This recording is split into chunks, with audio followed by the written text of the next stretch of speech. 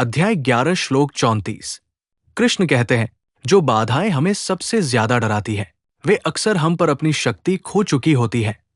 हमें बस जो पहले से तय है उस पर साहस के साथ आगे बढ़ने की जरूरत है।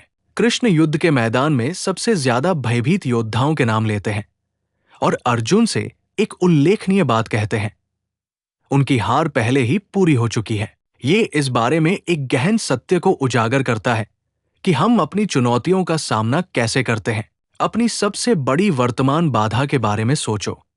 हो सकता है कि ये एक कठिन बातचीत हो, करियर में बदलाव हो, या जो सही है उसके लिए खड़ा होना हो।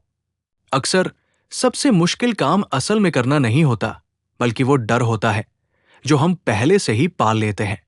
हम इन चुनौतियों को बहुत बड़ी मान लेते हैं, जबकि असल में वो होती नहीं है। कृष्ण अर्जुन को दिखाते हैं कि तैयारी, समय और आंतरिक तत्परता ने ज्यादातर काम पहले ही कर दिया है। डराने वाले प्रतिद्वंदी बस किसी ऐसे साहसी व्यक्ति का इंतजार कर रहे हैं जो आगे आए। जो लड़ाई नामुमकिन सी लगती है, वो असल में उस प्रक्रिया का आखिरी पड़ाव है जो पहले से ही चल रही है। इसका मतलब ये नहीं कि सफलता बिना प्रयास के मिलती है।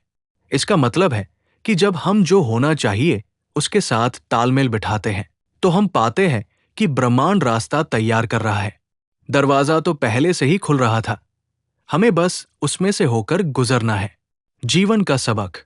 हम अक्सर चुनौतियों को उनकी वास्तविकता से बड़ा दिखाकर खुद को पंगु बना लेते हैं। ये श्लोक हमें दिखाता है कि साहस का मतलब निडर होना नहीं है, बल्कि डर के बावजूद आगे बढ़ने का रास्ता पता होने पर काम करना है। चिंतन प्रश्न।